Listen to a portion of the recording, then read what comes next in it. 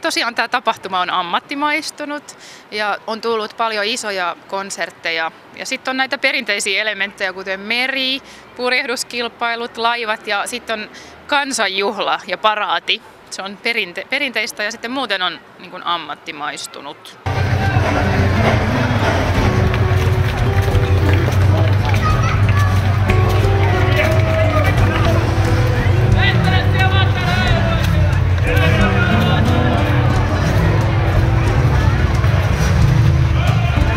Me odotetaan noin 200 000 kävijää ja sehän on paljon, kun Kotka on pieni kaupunki.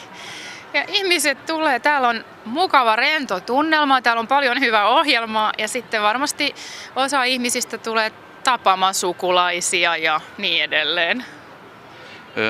Mitä erikoista on tänä vuonna? No tänä vuonna on samoja asioita kuin ennenkin, mutta on niin kuin vähän isompia juttuja. On vähän enemmän satsattu konsertteihin, on muun muassa Roxette ja tällaisia ulkomaalaisia tähtiä ja sitten erityisesti ilmaisohjelmaa.